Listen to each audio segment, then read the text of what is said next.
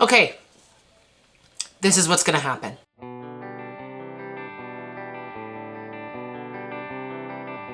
I'm gonna turn on this godforsaken machine. I'm gonna buy The Last of Us. Then I'm gonna watch this video. Then tonight, 6 or 7 o'clock, I think, not sure. Depends on my stress levels. I'm gonna try and play The Last of Us on Twitch. Now, I've been really trying to figure out Streamlabs and all like this fancy stuff. It's extremely frightening. I'm stressed just thinking about it right now because I feel like I'm gonna do it wrong and you're all gonna see me fail, which, I mean, you've been seeing me fail, so I guess it isn't really a problem. But when I did my little Twitch stream by myself with OBS, I had no problems in my brain. I probably had problems in the stream. Oh yeah, there's a thing I have to look up to fix. Anyways, not important. I'm gonna look it up. I'm gonna fix it. Or maybe I won't. You'll see. Or you won't. That's also fine. Yeah, I'm gonna try that tonight to play The Last of Us.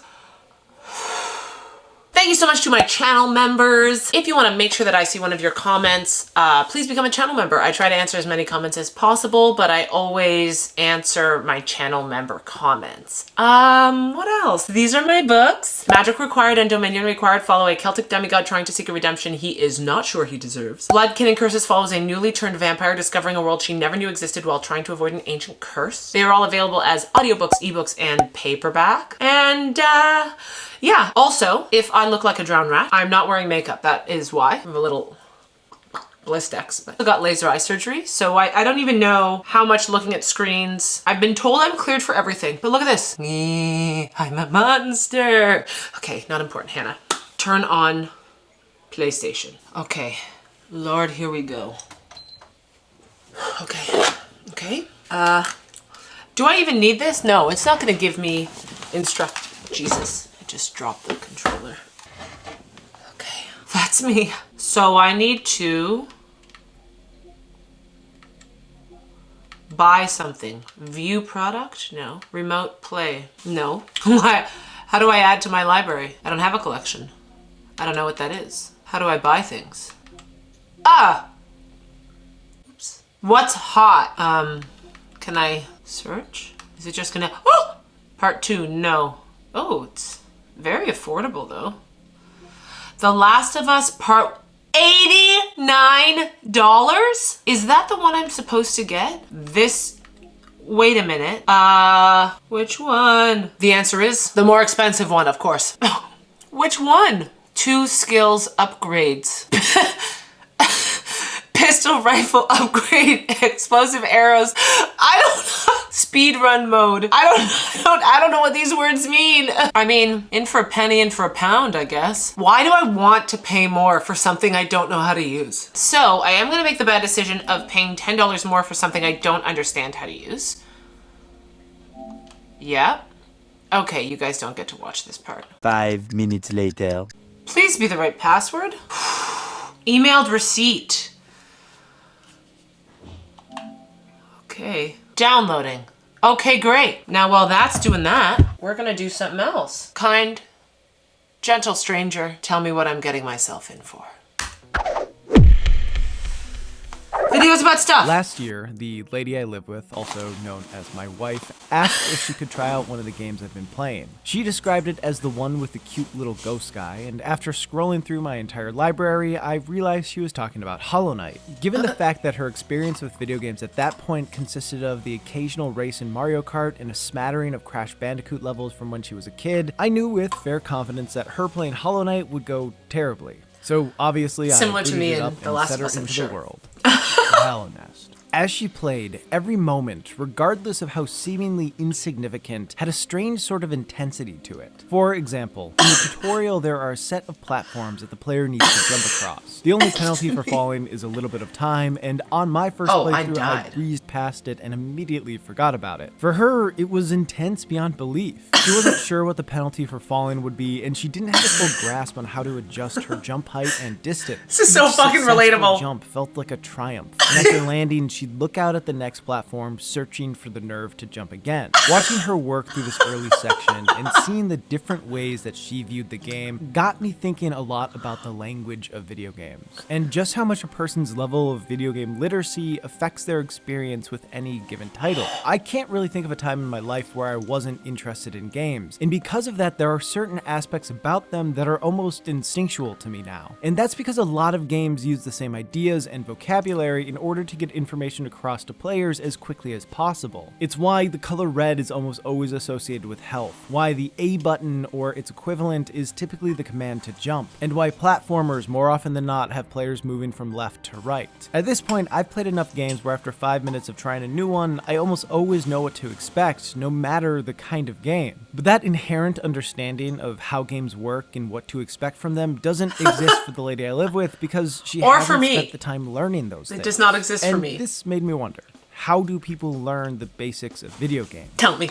I decided to run an informal experiment where I'd have her play a handful of titles and see how she approached figuring each one of them out in the hopes of getting a better understanding of how people learn the language of video games.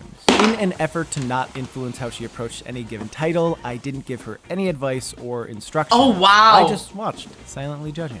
I had her play through the early sections of 9 games. Super Mario Bros., Shovel Knight, Celeste, Portal, Doom, Skyrim, The Last of Us, Uncharted 2, and so that I could really test the strength of our marriage, Dark Souls. I picked these titles because I hope there's no Last of Us solid spoilers in sampling this, of but 3 major types of games, those being 2D platformers, 3D platformers, and first-person shooters / adventures, while also offering a diverse spread of genres and gameplay mechanics, and B, I like them. So this is how it went.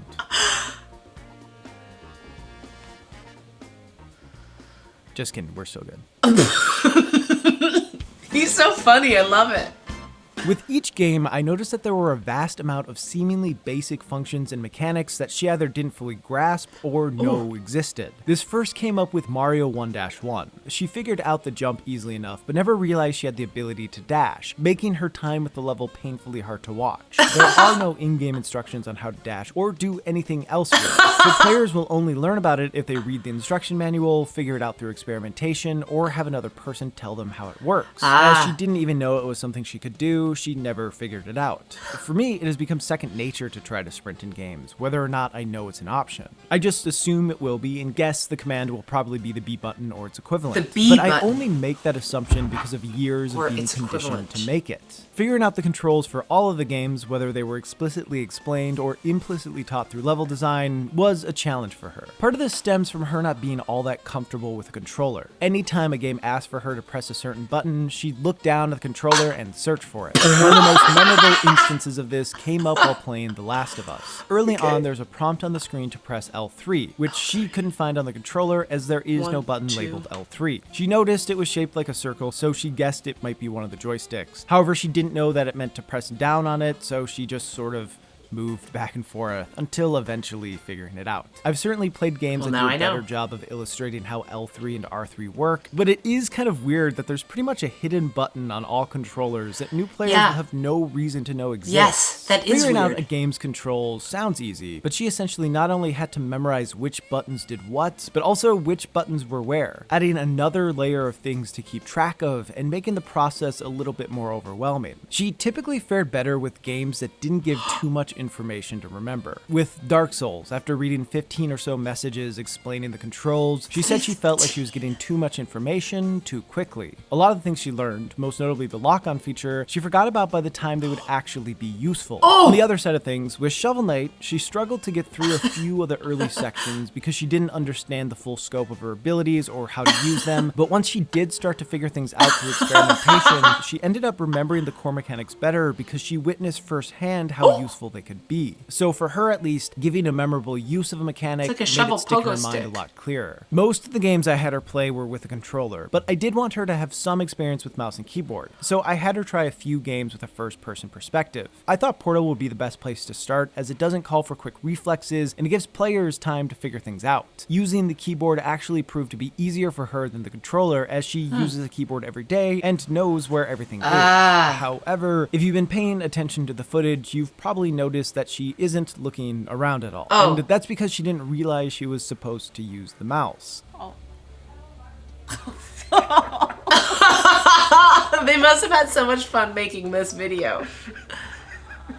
In fairness, the instructions at the start explain how Forward, to move back, and how to yeah. pick things up, Pick but they up, do E. assume that players will just know to use the mouse to look around. We Given won't. that she doesn't spend her free time watching me play games on my computer, why would she? I know that a lot of these little issues she ran into in regards to controls and mechanics all seem easy to overcome. This is so and in a relatable. lot of ways they are. But they do still act as small barriers to entry for new players. Even when games have detailed explanations for things, it can sometimes be information overload, and it isn't uncommon for people to skip over explanations accidentally or on purpose because they don't feel like reading a bunch of stuff when they just want to beat the shit out of something. A lot of titles seem to assume that players will have at least some familiarity with controls, so some of the more simple explanations are kind of just left out. And I think the way most people end up learning these basic things that they won't figure out without searching on their own is through other people. For example, back to Mario. I don't remember how I learned to sprint in the game, but as I know I would not have read the instruction manual, there's a pretty decent chance that my brother told me how to do it, and I wouldn't be surprised if one of his friends had told him, and so on and so on. Also, the only reason I understand half the things I do in Dark Souls is because I've scoured wikis and message boards on how to get through Boromir, it. no. Video games are best when they are a communal experience. Oh shit. And a big I need part a of friend. that stems from the sharing of knowledge. Obviously, someone being a backseat gamer can get annoying if they explain how to do everything, but getting assistance when it's needed most can make a game far more enjoyable. I've played Wii. It I'm a bridges gamer. the gap between a game's expect players to already know and what they actually do know. Most of the frustration that the lady I What? live with had while playing boiled down to not being able to figure things out that she didn't know existed, which is something that would have been solved had I not just been a silent observer. Right. Given that I was, though, she found herself continuing to have problems, and one of those is summed up best by her most frequently asked question.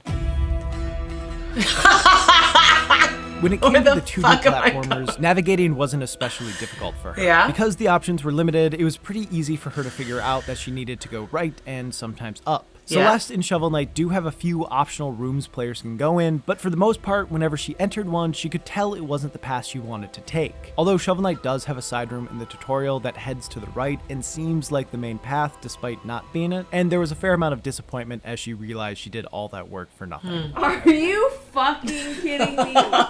However, for all the 3D games, navigating I proved thought The far Last of more Us was difficult. not She spent a all lot over of the time place. wrestling with the camera in third-person games, and she wasn't all that great at moving and looking around at the same time in first-person ones. Due to her not rotating the camera around a ton, she didn't always get a great sense of her surroundings, so she struggled with figuring out where she was and where she was going. Like in Skyrim, she missed the jump from the tower to the house during the tutorial, and it took a while for her to realize that she had fallen back to the spot where she started. Also, because she wasn't good at focusing her camera, she didn't realize she was supposed to be following Hadvar, so she was sort of just strolling along, trying to get out of the city in her own way. Once she did follow him and got into a building, she was more interested in picking up everything she saw instead of moving forward, which actually is fair in how most people play Skyrim. Either way, she wasn't fully sure where to go. Interestingly, after we finished all the games, I brought up the footage of Skyrim and showed her the compass at the top of the screen, and she said that she hadn't noticed it while playing, as she was mostly just focused on what was directly in front of her. The same thing happened with Doom's compass and even the health bars of enemies and bosses in Dark Souls. She typically noticed waypoints on the screen when they showed up, but she didn't know what they were for, so she often ignored them. Players are hit with a lot of information when they play games, and for ones who aren't all that comfortable with the basics, a lot of that information's pushed to the side, acting as another barrier for entry. Another thing that confused her was when progression in a level wasn't entirely linear. Like with Dark Souls, she got confused when the level looped back around on itself, and she made the assumption that she had messed up and gone the wrong way. Most of the games she had played Do before all Dark games Souls have had typical levels? progression, so finding herself back near where she started felt odd. Even the 3D games that seemed like they might be more straightforward had a few things that ended up being confusing for her. For example, in Uncharted 2, what a player can climb is indicated by being colored yellow, but that wasn't obvious to her, so she constantly tried to climb things that just looked like they could be climbed. And then she questioned why she had to take the longer, more roundabout path when there were perfectly good handholds right above her. A similar issue with signaling happened with The Last of Us. Tell me as about well. it. There's a part where the player has to run through a city to Okay. escape, and a gas station explodes, causing street lamps and other things to block the road Okay. ahead. My wife noticed a little gap on the sidewalk that was untouched by fire, so she kept trying to run through that to get out. But every time she did, the infected came and Oh my killed God, I her. could This die in made the her think beginning? that the issue wasn't with it being the wrong way to go, but rather with her not being fast enough. So she kept trying that same path over and over before finally finding the best way. With game design, there's often a battle between having a level look realistic and making it easy to navigate. In this example, Naughty Dog tried to make the city feel more natural by not having every path be physically blocked off. And while more experienced players will most likely see the explosion and assume they should go a different way, the game falls short on helping players who don't understand what they're supposed to do. By having the signal be the explosion, but the consequence being an attack by the infected, she learned the wrong lesson. And this sort of thing ended up happening to her a fair amount throughout the process, even with things that had nothing to do with navigation. Sometimes she just interpreted the information the game was giving her in the wrong way, and she found herself learning the wrong lessons. I don't know why I read that out loud like I was a kindergarten teacher. The idea that some games teach players how to play simply through gameplay and level design is a pretty common talking point in the video game community. I'm a firm believer that a lot of games do this, and watching her play reaffirmed that thought. For example, in Doom, her initial instinct was to stay as far away from enemies as possible, because she didn't feel all that comfortable with the controls of a first-person shooter. However, once she came across enemies who threw fireballs at her from a distance that did way more damage than anything she could do from that same range, she started to realize that her best bet was to get close to enemies and either beat the crap out of them or use the shotgun. Ultimately, Doom is meant to be played this way. Christian The game. glory kill system and the handful of weapons that are powerful at close range are included to push a fast-paced, action-packed fighting style. And having one of the first rooms be extremely difficult to beat without playing this way sets the expectation for the rest of the game. It took her a fair bit of banging her head against the wall to get past this room. But once she did, she was better at the core mechanics of the game than when she started. With that said, what I found even more interesting than when she learned the right lessons of how to play a game through gameplay was when she learned the wrong ones. The first instance of this that I noticed happened while playing Mario 1-1. At the beginning of the level, there's a question mark box with a mushroom in it. She had some familiarity with the Mario franchise, so she knew that mushrooms were good to get. However, after hitting the box, she jumped into a different block, causing the mushroom to change directions and go off the left side of the screen, out of reach. She didn't register that she had caused the mushroom to change directions, leading her to the assumption that mushrooms would always end up going to the left. When she got to another block that she suspected held the mushroom, she hit it and immediately moved to the left to grab it before it went off screen, and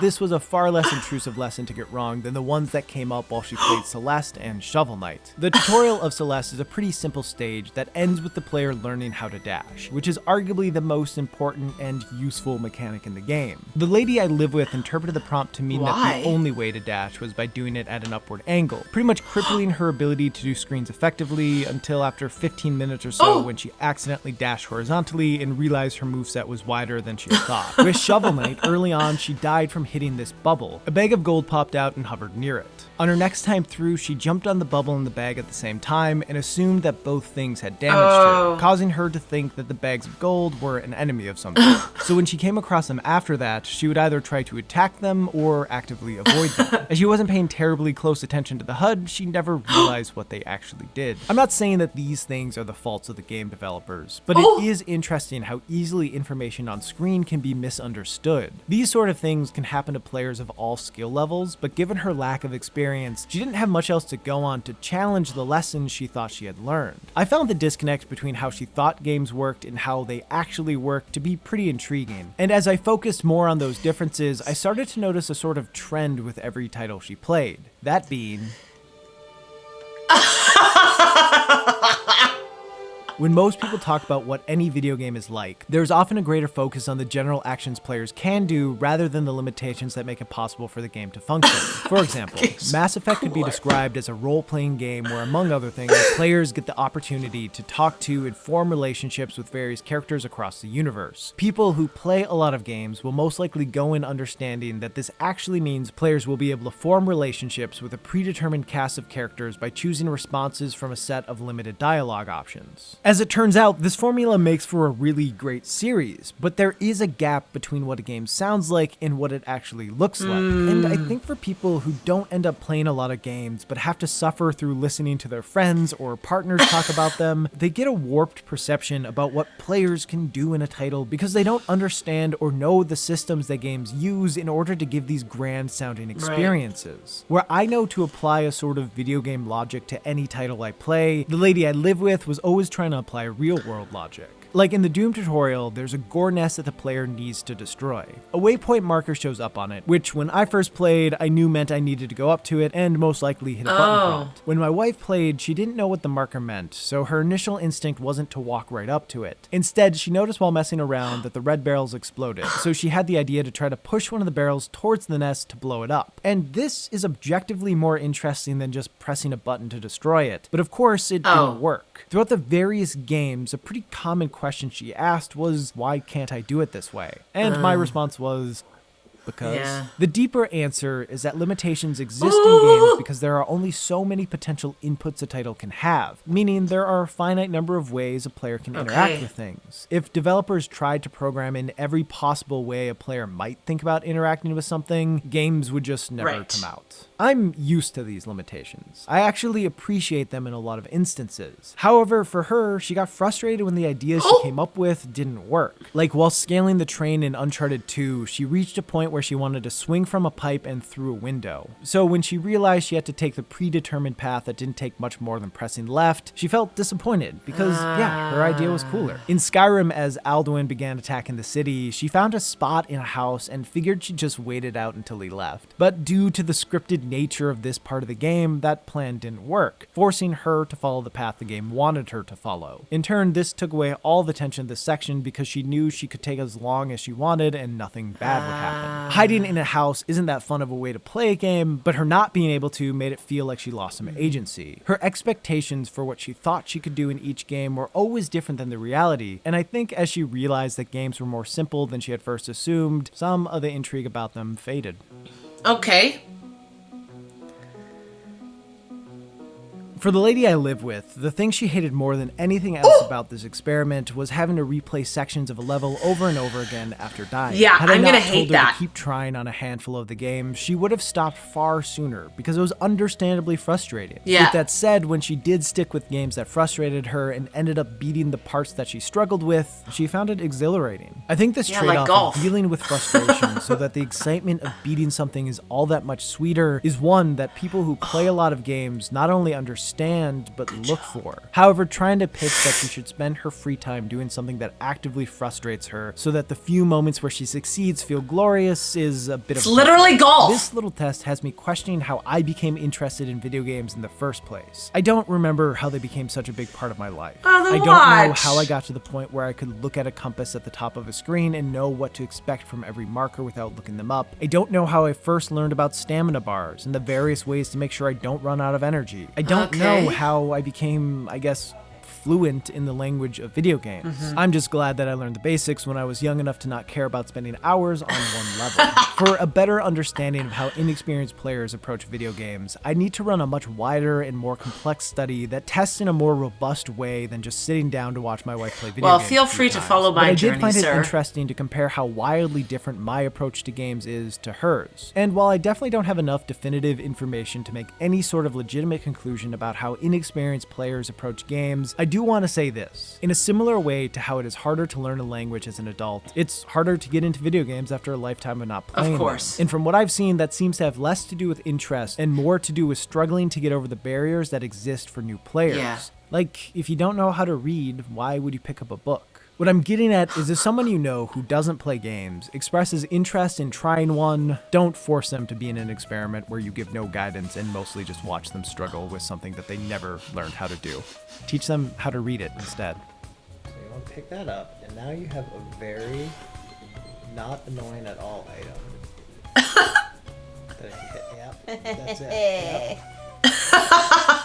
Fucking get it. You can use that to like wake things up and to break stuff.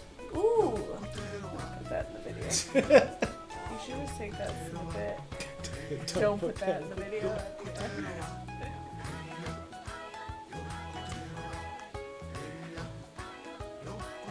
That was lovely.